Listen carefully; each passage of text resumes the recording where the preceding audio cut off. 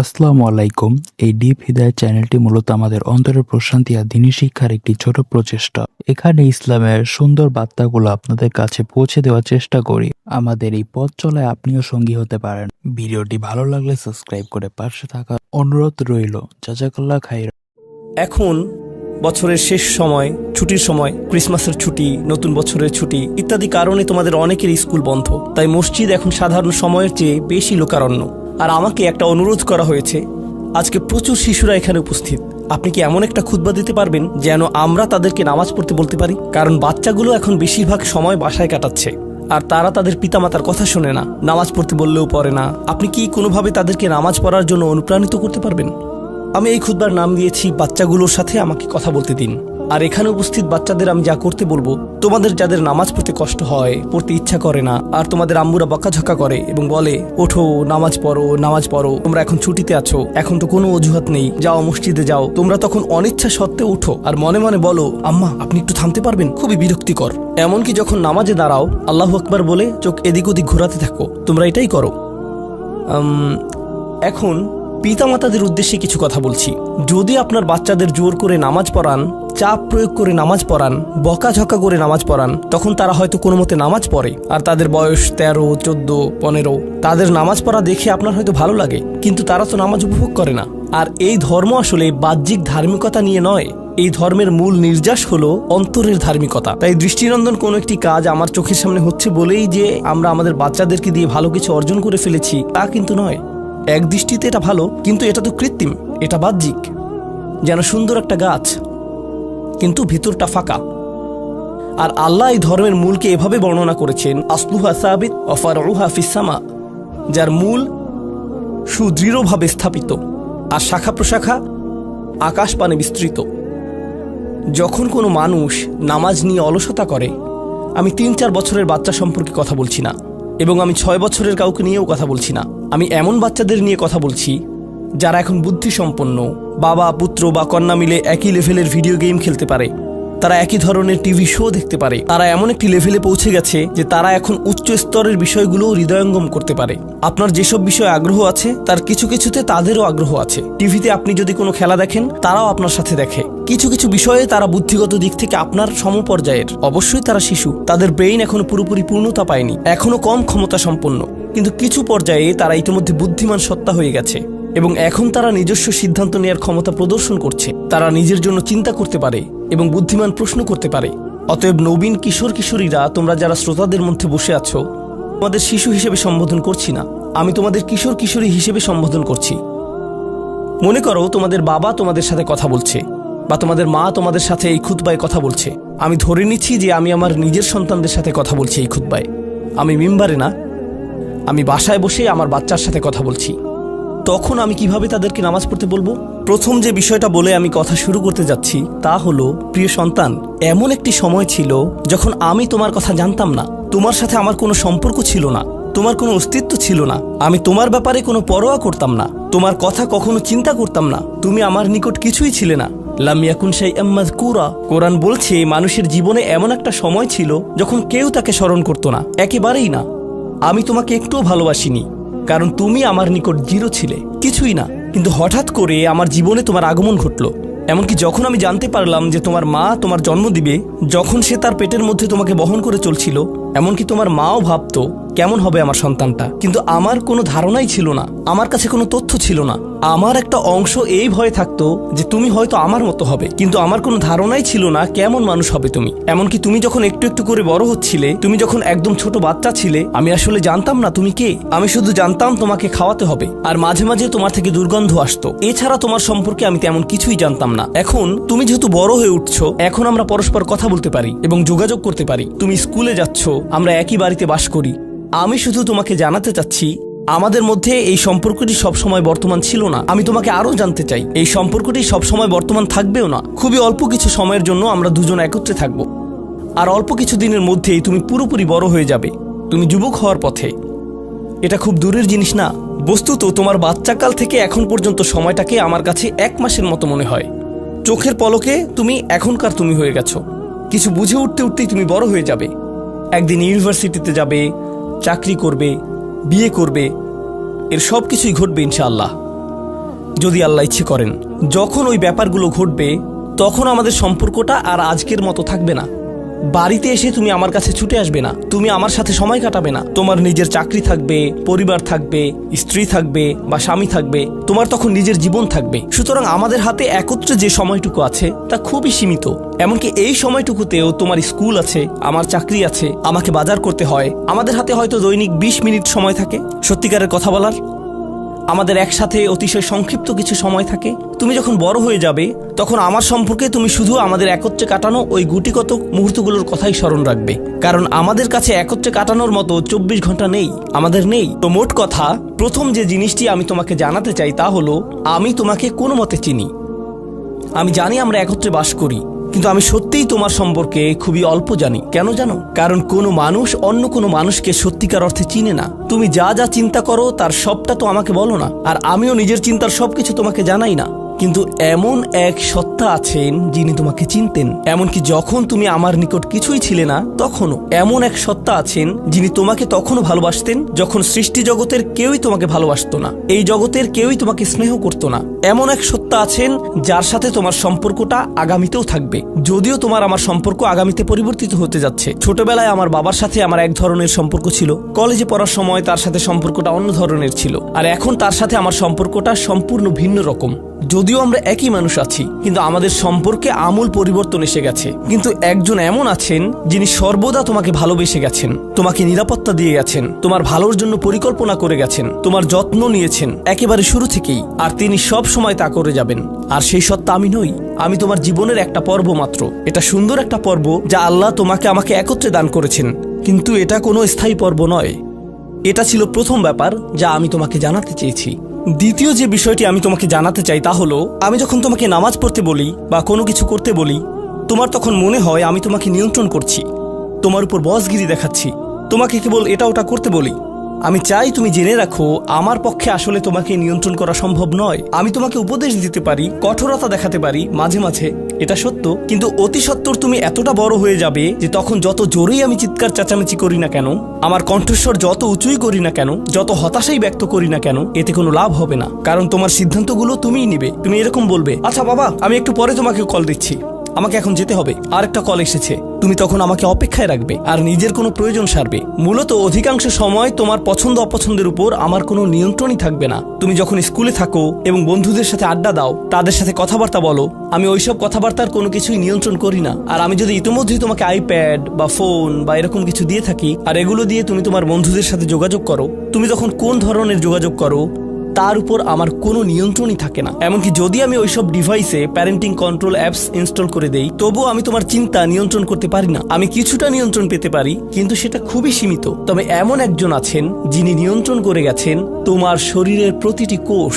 একসময় তুমি যে মাইক্রোস্কোপিক তরল পদার্থ ছিলে, সেটাও তিনিই নিয়ন্ত্রণ করে গেছেন, যা তোমার মায়ের গর্ভে বড় হচ্ছিল, যা নিয়ন্ত্রণ করছিল তোমার জেনেটিক ক্রোম, যার উপর ভিত্তি করে তোমাকে সৃষ্টি করা হয়েছে। কেমন হবে তোমার শরীরের রং, তোমার চুলের আকৃতি, তোমার চোখ, তোমার বুদ্ধি কেমন হবে, তুমি কতটা লম্বা বা বেটে হবে, এর সবকিছুই তিনিই নিয়ন্ত্রণ করে গেছেন। তোমার উপর আসলে তার নিয়ন্ত্রণ আছে, আমার নয়। আমার একটি কথা মনে পড়ে গেল, যা রাসূল সাল্লাল্লাহু আলাইহি সাল্লাম তার মেয়ে ফাতিমা রাদিয়াল্লাহু আনহাকে বলেছিলেন, ইয়া ফাতিমা বিনতি মুহাম্মদ ইত্তাকিল্লাহ ফা ইন্নী লা আমলিকু লাকি মিনাল্লাহি শাইআ।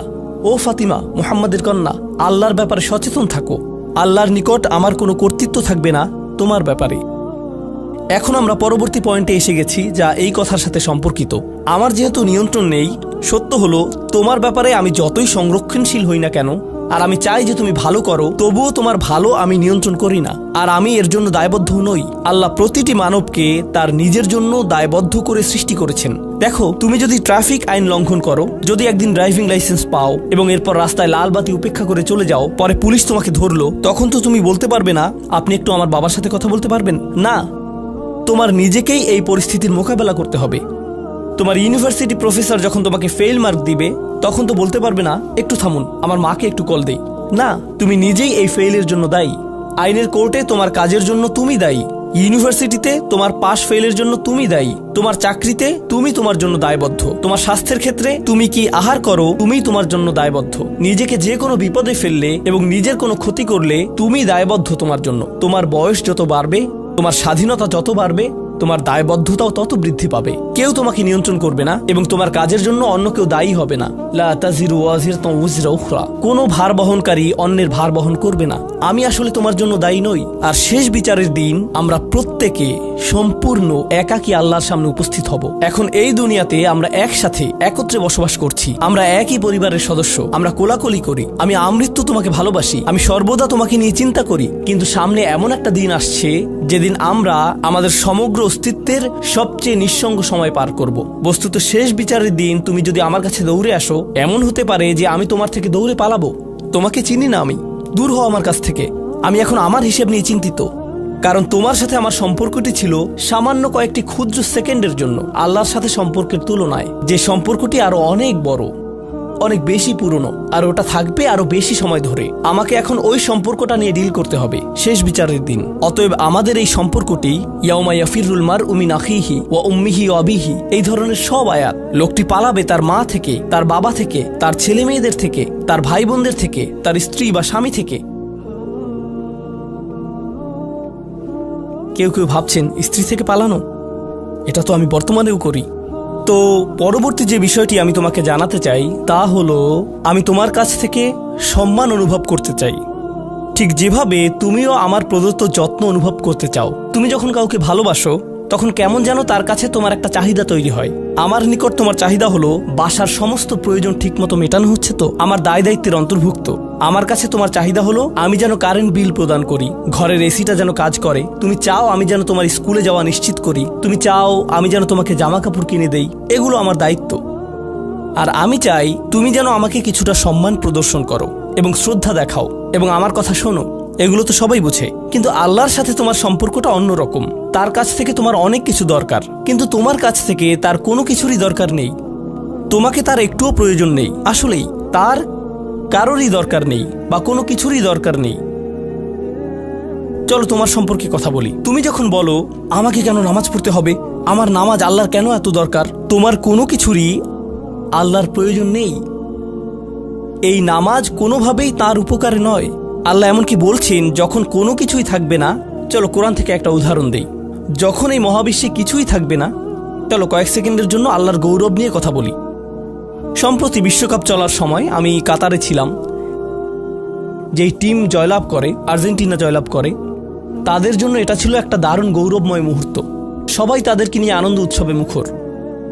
কল্পনা করো খেলোয়াড়টাকে নিয়ে উৎসব চলছে, কিন্তু কোনো দর্শক নেই, কোনো ক্যামেরা নেই, কোনো স্টেডিয়াম নেই, কিচ্ছু নেই। একটা লোক একা একা একটি দ্বীপে বাস করে, সে ফুটবলটাতে লাথি দিয়ে একটা গোল করে ফেলল আর বলে উঠল, ইয়ে আমি সেরা। কিন্তু কেউ তো সেখানে নেই। এমন ঘটনার কথা শুনলে মনে করবে লোকটি পাগল হয়ে গেছে, তাই না? গৌরব পেতে হলে গৌরব করার মতো একদল দর্শক থাকতে হবে। স্বীকৃতি পেতে হলে একদল মানুষ আশেপাশে থাকতে হবে যারা স্বীকৃতি দিবে। প্রশংসা পেতে হলে, কদর পেতে হলে নিজে নিজে তো আর প্রশংসা পেতে পারো না। এমন কেউ থাকতে হবে যে তোমার জন্য এই প্রশংসাটা করবে। কিন্তু আল্লাহ বলেন, কুল্লু মান আলাইহা ফান ওয়া ইয়াবকা ওয়াজহু রাব্বিকা যুল জালালি ওয়াল ইকরাম। তিনি বলেন সব কিছুই ধ্বংস হয়ে যাবে এই ধরাপৃষ্ঠের, তথাপি তোমার রবের চেহারা থেকে যাবে। আল্লাহই একমাত্র সত্তা যিনি তখনও মহিয়ান এবং গরিয়ান। এমনকি যখন তার প্রশংসা এবং গৌরব বর্ণনা করার কেউ থাকবে না, অন্য যে কারো ক্ষেত্রে কাউকে না কাউকে এটা করে দিতে হয়। তাই আল্লাহর প্রয়োজন নেই আমার নামাজের, আমার হালাল মুরগি খাওয়া আল্লাহর প্রয়োজন নেই, আমার মন্দ বলা থেকে বিরত থাকাও আল্লাহর প্রয়োজন নেই। তাই নিজের মাথা থেকে এই চিন্তা দূর করে দাও যে নামাজ পড়ার মাধ্যমে তুমি কোনোভাবে অন্য কারো উপকার করছো। আল্লাহ এমনকি বলছেন, ইয়ামুন্নুনা আলাইকা আন আসলামু, তারা মনে করে তারা ইসলাম গ্রহণ করে তোমাকে ধন্য করেছে। লা তামুন্নু আলাইয়া ইসলামাকুম, আমাকে বলতে এসো না যে তোমার ইসলামের মাধ্যমে তুমি কোনোভাবে আমার উপকার করেছো। বালিল্লাহু ইয়ামুন্নু আলাইকুম, বরং আল্লাহই তোমাদের প্রতি অনুগ্রহ করেছেন। এখন পরবর্তী বিষয়, আচ্ছা কেউ একজন নামাজ পড়ে না কেন? আমি তোমার সম্পর্কে বলছি না, আমার প্রিয় ছেলে বা প্রিয় মেয়ে। শুধু প্রশ্নটি নিয়ে চিন্তা করো যে মানুষ কেন নামাজ পড়ে না। এর অনেকগুলো উত্তর থাকতে পারে, আর এই প্রশ্নের উত্তর আল্লাহর কাছেও আছে। উত্তরটা খুবই ভয়ঙ্কর। এই উত্তরটি আমি খুতবার শুরুতে পড়েছি। তিনি বলেন, ফালা সাদ্দাকা ওয়ালা সাল্লা ওয়ালাকিন কাযযাবা ওয়া তাওয়াল্লা, সে আসলে সত্য গ্রহণ করেনি এবং সে নামাজও পড়েনি। তিনি কাফির সম্পর্কে বলছিলেন। তিনি দুইটা জিনিস বলেছেন, এই লোকটি সত্য গ্রহণ করেনি এবং নামাজও পড়েনি। কথাটা ভাবনার উদ্রেক করে। যদি বলা হয় সে সত্য গ্রহণ করেনি, আমার আশা হলো তিনি বলবেন লা সদ্দাকা ওয়ালা আমানা, কিন্তু তিনি বলছেন লা সল্লা। এর মানে হলো আল্লাহর সত্য গ্রহণ করার ব্যাপারে তোমার অন্তরে কিছু একটা মিসিং আছে। না না না, বাচ্চাটা বলে আমি আল্লাহকে বিশ্বাস করি, আমি মুসলিম। হ্যাঁ, তুমি এখানে মুসলিম, তোমার মাথায়, কিন্তু এই সত্য তো শুধু তোমার মাথার জন্য না, এই সত্য তোমার অন্তরের জন্য। তুমি এখনো অনুভব করছো না যে ব্যাপারটা কেমন সিরিয়াস। তুমি এখনো উপলব্ধি করছো না যে এটা কি। মাঝে মাঝে কোনো বিষয় তুমি জানো হয়তো, কিন্তু এই নিয়ে চিন্তা করা থেকে পালিয়ে বেড়াও। এটা সত্য, তুমি জানো বিষয়টা কিন্তু চিন্তা করতে চাও না। আর তাই এটা যেহেতু মিসিং, ঠিক এই কারণে আমি সহজেই নামাজের কথা ভুলে যাই কখনো কখনো, এবং তুমিও ভুলে যাও কখনো কখনো। এমনটা ঘটে কারণ আমাদের অন্তর কিছুটা বিভ্রান্ত হয়ে পড়ে। দিনের এই সত্যতা, আল্লাহকে সেই সত্যটা, সেই অকাট্য সত্যটা আমাদের মস্তিষ্কের পেছনের কোনো একটা সেলফে গিয়ে পড়ে থাকে। আমরা অন্য কিছুতে ব্যস্ত হয়ে পড়ি এবং এই নিয়ে আর চিন্তা করি না। আল্লাহ এটাই বলেছেন। সুতরাং তোমার নামাজ পড়া আল্লাহর প্রয়োজন নেই। এমনকি তুমি যদি নামাজ পড়ো, আমি পড়তে বলছি এই কারণে, তখন কি করো? নামাজের জন্য কিভাবে নিয়ত করো? তখন আমি 4 রাকাত নামাজ পড়বো, দাঁড়ালাম, কারণ আমার আব্বা বারবার পড়তে বলছেন। আল্লাহু আকবার। নবী সাল্লাল্লাহু আলাইহি সাল্লাম আমাদের বলেছেন, নিয়ত সঠিক না হলে কাজের কোনো মূল্য থাকে না। ইন্নামাল আমালু বিন্নিয়াহ, ইন্নামাল আমালু বিন্নিয়াত। এমনকি যদি তুমি কাজটা করেও থাকো কিন্তু তোমার নিয়ত ছিল আমি শুধু তোমাকে বিরক্ত করি, এটাই তোমার নিয়ত, তখন এই নামাজ আমার যেমন কোনো উপকার করবে না, ঠিক তেমনি তোমারও কোনো উপকার করবে না। তোমার সত্যিকারের আন্তরিক নামাজ থেকে একমাত্র যে উপকৃত হবে সে হলো তুমি নিজে।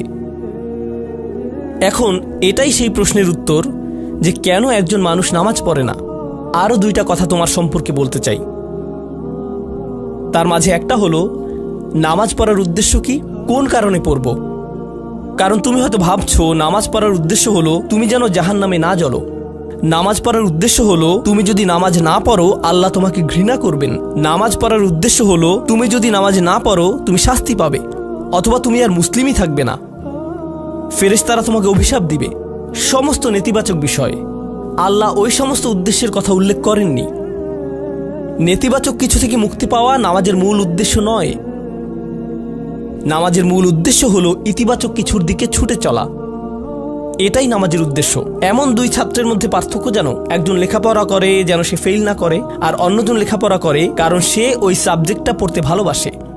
একজন ছাত্র পড়ালেখা করছে পজিটিভ কিছুর জন্য, আর অন্যজন পড়ালেখা করছে কারণ সে এমন কিছু থেকে বাঁচতে চাচ্ছে যা নেগেটিভ। একজন কর্মচারী তার চাকরিটাকে দারুণ ভালোবাসে, আর অন্য একজন কর্মচারী শুধু চায় সে যেন চাকরিটা না হারায়। তারা একই চাকরি করছে, একেবারে অভিন্ন চাকরি, কিন্তু একজন চাকরিটা করতে পেরে কি যে খুশি, কত যে আনন্দ তার, আর অন্যজন খুবই হতাশ, সবসময় মনমরা ভাব। কেন?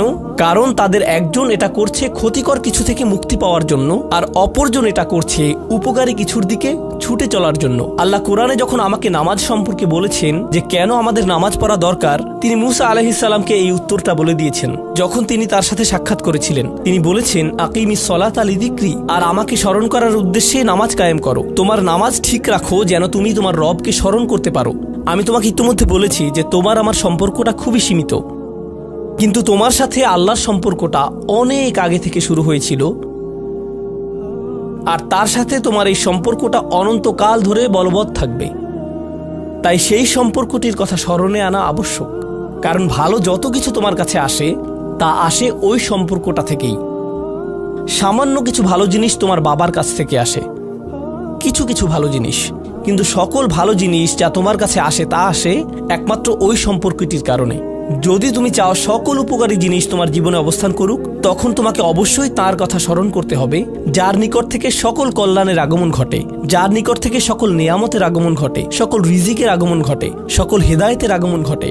আর তাই আল্লাহ বলছেন সর্বোত্তম যে উপায়ে তুমি এটা করবে তা হলো নামাজের মাধ্যমে তুমি আমাকে স্মরণ করবে। এজন্যই তোমার নামাজ পড়া দরকার। আচ্ছা, পরিশেষে এজন্যই তোমার এটা করা উচিত, কিন্তু তুমি এটা করছো বলেই সঠিক নিয়ত সহকারে। আল্লাহ বলছেন কেবল এখানেই শেষ নয়, এর কিছু উপকারিতাও আছে। কিছু ভালো জিনিস তোমার পথে আসবে যখন তুমি সত্যি সত্যি আল্লাহকে স্মরণ করবে। যখন তুমি আল্লাহকে স্মরণ করবে যেভাবে তিনি চান সেভাবে, আর যে উপায়ে তিনি চান তা হলো এই নামাজগুলোর মাধ্যমে। তুমি যদি এটা করতে পারো, আল্লাহ বলছেন ইন্না সলাতা তানহা আনিল ফাহশা ওয়াল মুনকার। এমনকি এই আয়াতেও ওয়ালা যিকরুল্লাহি আকবার, তিনি বলছেন নামাজের মধ্যে এই উপকারটি আছে যে এটা তোমাকে অশ্লীলতায় পড়ে যাওয়া থেকে রক্ষা করবে। কারণ অশ্লীলতা তোমার চারপাশে বিরাজমান, আর আমি প্রিয় পুত্র তোমাকে এটার সম্মুখীন হওয়া থেকে রক্ষা করতে পারবো না।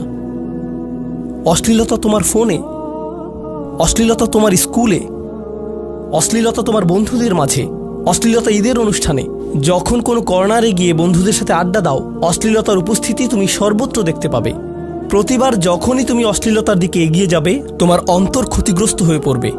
আর আল্লাহ বলছেন যদি তুমি এই নামাজগুলো আদায়ে যত্নবান হও, এগুলো তোমাকে অশ্লীলতার করাল গ্রাস থেকে রক্ষা করবে। একবার যদি তুমি অশ্লীলতায় ডুবে যাও, তখন তুমি হয়ে পড়বে যেমন তুমি যদি দূষিত বাতাসে নিঃশ্বাস নাও, প্রথম তোমার কাশি আসবে, কিন্তু যদি এতে বেশিক্ষণ অবস্থান করো একসময় এতে তুমি অভ্যস্ত হয়ে পড়বে। অশ্লীলতাও ঠিক এরকম, এতে আকণ্ঠ নিমজ্জিত থাকলে একসময় এটাকে আর বড় অপরাধ বলে মনে হবে না, নিজেকে এর থেকে রক্ষা করার কোনো গরজ অনুভব করবে না আর, কারণ তোমার প্রতিরোধ ব্যবস্থা দূষিত হয়ে গেছে।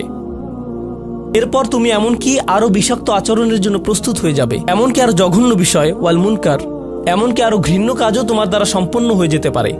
অধপতনের অতল গহ্বরে হারিয়ে যাওয়া থেকে এই নামাজগুলো তোমাকে রক্ষা করবে। এই জন্যই তোমার নামাজ পড়া দরকার, এই সমস্ত কারণেই তোমার নামাজ পড়া প্রয়োজন। আমি বলেছি এই জন্য না, এই সমগ্র ভ্রমণের শেষে সিদ্ধান্তটা সম্পূর্ণরূপে তোমার। কারণ আল্লাহ হয়তো আগামীকালই আমাকে নিয়ে যেতে পারেন, আল্লাহ হয়তো আমাকে 1 বছরের মধ্যেই নিয়ে যেতে পারেন। তোমার এবং আমার মাঝে যে এই সম্পর্কটা বর্তমানে আছে, এমনকি যদি আমরা 100 বছরও বাঁচি, আমরা এর চেয়ে বেশি বাঁচতে পারবো না। একটা সময় আছে যখন এর সমাপ্তি ঘটবে, কিন্তু ওই সম্পর্কটি, তুমি যদি সত্যিই ওই সম্পর্কটি সম্মান করতে চাও, নামাজ পড়ো। তোমার প্রতি এটাই আমার উপদেশ। এখন আমি পিতামাতার উদ্দেশ্যে কথা বলবো। এটা হবে ছোট্ট একটা রিমাইন্ডার আমার জন্য এবং আমাদের সবার জন্য, আমাদের পিতামাতাদের জন্য। সন্তানাদি আল্লাহ প্রদত্ত একটা নিয়ামত, তাদেরকে এজন্য দেওয়া হয়নি যেন আমরা তাদের নিয়ন্ত্রণ করতে পারি। যত বেশি আমরা তাদেরকে নিয়ন্ত্রণ করতে চাইব, তত বেশি হতাশ হব সকল অবস্থাতেই। আমি দেখেছি এমনটা, বিশেষ করে যে পরিবারগুলো তাদের সন্তানদের দিনের সুরক্ষা করতে চায়, তারা যত বেশি সন্তানদের উপর জোর করে দিন চাপিয়ে দিতে চায়, তত বেশি ওই ছেলেমেয়েগুলো অদ্ভুত সব উপায়ে বিদ্রোহ প্রকাশ করে। কারণ যে বিষয়টা আল্লাহ চান আপনি তাদেরকে প্রদান করুন, আপনার ছেলে মেয়েদের কাছে আপনার যে সুযোগ আছে সেটা তাদেরকে আপনার আদেশ নিষেধ মানতে বাধ্য করার জন্য নয়। সুযোগটা এই জন্য দেয়া হয়েছে যেন আপনি তাদেরকে এমন সব বিষয়ে চিন্তা করাতে পারেন যা শুধু আপনার পক্ষেই চিন্তা করানো সম্ভব, তাদেরকে এমন সব বিষয়ে পছন্দ করাতে পারেন যা শুধু আপনার পক্ষেই পছন্দ করানো সম্ভব। আপনার বাচ্চাটা বাস্কেটবল পছন্দ করে কারণ সে আপনাকে বাস্কেটবল খেলতে দেখেছে, সে প্লে স্টেশন পছন্দ করে কারণ সে তার বাবাকে প্লে স্টেশনে খেলতে দেখেছে। এভাবে আপনি বাচ্চাটার অন্তরে কোনো কিছুর জন্য ভালোবাসা তৈরি করে দিতে পারেন, কারণ আপনি যেরকম আপনার পক্ষে এটা করা সম্ভব। আর যখন বাচ্চাদেরকে বলতে থাকেন তোমার হোমওয়ার্ক করো, তোমার হোমওয়ার্ক করো, আপনার সন্তানের বয়স যখন 40 হবে সে তখন বলবে না আমি হোমওয়ার্ক ভালোবাসি, কিন্তু 40 বছর বয়সেও সে বলবে আমি বাস্কেটবল ভালোবাসি, আমার বাবা সবসময় বাস্কেটবল খেলতেন। আপনি যা ভালোবাসেন তা ট্রান্সফার হয়ে তার কাছে চলে যায়, আর যা করতে বলেন তা প্রত্যাখ্যাত হয়ে যায়। এমনটি আপনার ক্ষেত্রেও ঘটেছিল। আপনার ছেলে মেয়েদের কথা ভুলে যান, আপনার নিজের বাস্তবতাও এটাই। আপনার বাবার কিছু কিছু জিনিস যে আপনি এখনো পছন্দ করেন তা ভালোবাসার মাধ্যমে আপনার নিকট ট্রান্সফার হয়েছিল, আর আপনার বাবার ওই ব্যাপারগুলো আপনি অপছন্দ করতেন যা তিনি জোর করে আপনাকে গেলাতে চেয়েছিলেন। এখানে উপবিষ্ট প্রত্যেকের বাস্তবতা এটাই, শুধু সেগুলোই গ্রহণ করেছি যেগুলো ভালোবাসার মাধ্যমে হস্তান্তরিত হয়েছিল। ঠিক এই ইশারাটাই আমাদের পিতামাতাদেরকে দেয়া হয়েছে সূরাতুল ইসরার এই আয়াতে, রব্বির হামহুমা কামা রব্বায়ানি সগীরা। রব্বায়ানি মানে যখন তারবিয়া ব্যবহার করা হয় একটি চারাগাছ বড় করার জন্য, আপনাকে চারাগাছটির যত্ন নিতে হবে, এর সযত্নে প্রতিপালন করতে হবে। গাছটির প্রতি চিৎকার চেঁচামেচি করলে তো হবে না, তাড়াতাড়ি বড় হও, তাড়াতাড়ি লম্বা হও। আপনার একে সময় প্রদান করতে হবে। অনেক সময় পোকামাকড় এসে এর পাতাগুলো খেয়ে ফেলতে চাইবে, আপনাকে তখন পোকামাকড় সরিয়ে দিতে হবে। কখনো কখনো একটু কঠোর আচরণ করতে হবে, শুধু অতটুকুই যেন পোকামাকড়গুলো দূর হয়ে যায়। এরপর আবারও এতে পানি দিতে হবে। আমাদের বাচ্চাদের সাথে আমাদের উদাহরণটা ঠিক এমনই। ঠিক এ কারণেই আমরা আমাদের মাতা পিতার জন্য এই দোয়াটা করি। আমি দোয়া করছি আল্লাহ যেন আমাদের সন্তানদেরকে হেদায়েত দান করেন, যা শুধু তার পক্ষেই দেওয়া সম্ভব। দোয়া করছি আল্লাহ তাদের অন্তরে ইস্তিকামা প্রদান করুন, যেন তারা তাদের জীবনের সঠিক সিদ্ধান্ত নিতে পারে। আরও দোয়া করছি আল্লাহ তাদেরকে ইব্রাহিম আলাইহিস সালামের দোয়ার মতো করুন, যা তিনি আমাদের সবার জন্য করেছিলেন। রব্বি জাআলনি মুকিমাস সলাতি ওয়া মিন যুররিয়াতি, হে আমার রব, আমাকে সালাত কায়েমকারী বানান এবং আমার বংশধরদের মধ্য থেকেও। আল্লাহ তাআলা এখানে উপস্থিত পিতামাতাদেরকে, আমাকে সহ সবাইকে এমন দৃষ্টান্তে পরিণত করুন যে আল্লাহকে ভালোবাসে এবং যে নামাজকে ভালোবাসে, যেন আমাদের ছেলেমেয়েরা নামাজের প্রেমে পড়ে যায় আমরা যেভাবে নামাজকে ভালোবাসি তা দেখে। বারাকাল্লাহু লি ওয়া লাকুম ফিল কুরআনিল হাকিম ওয়া নাফা'নি ওয়া ইয়্যাকুম বিল আয়াতি ওয়াজ যিকরিল হাকিম।